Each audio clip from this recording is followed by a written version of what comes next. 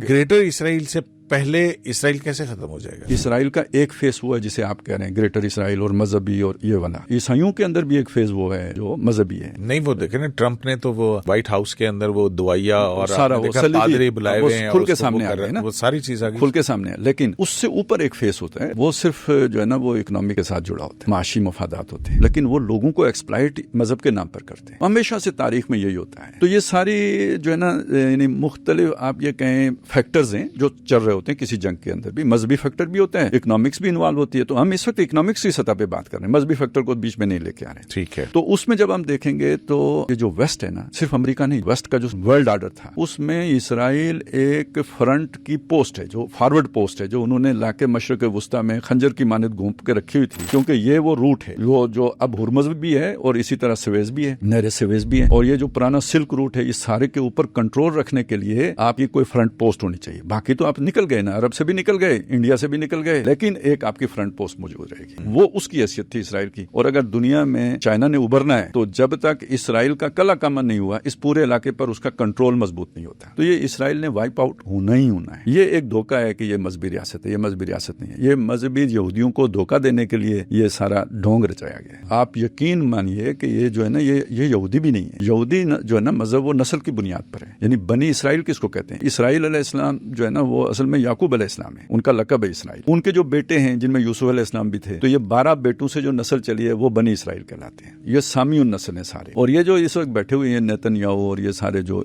इनको 13th tribe कहते हैं, अश्कनाजी भी कहते हैं, खजारियन भी कहते हैं, इनकी तो नस्ल जो है ना वो इनसे मिलती है, जो इस वक्त अमेरिका में और बर्तानिया में बैठे हुए हैं। ये व्हाइट एंग्लो सैक्सन है। तो ये देखिए वो बर्तानिया वाले ही यहाँ पे बैठे हुए हैं या अमेरिका वाले ही बैठे हुए हैं और यहूदी बन के बैठे हुए हैं। तो धोखे में तो उन्होंने यहूदियों को रखा हुआ है कि हम यहाँ पे एक यहूदी रियासत कायम करना चाहते हैं।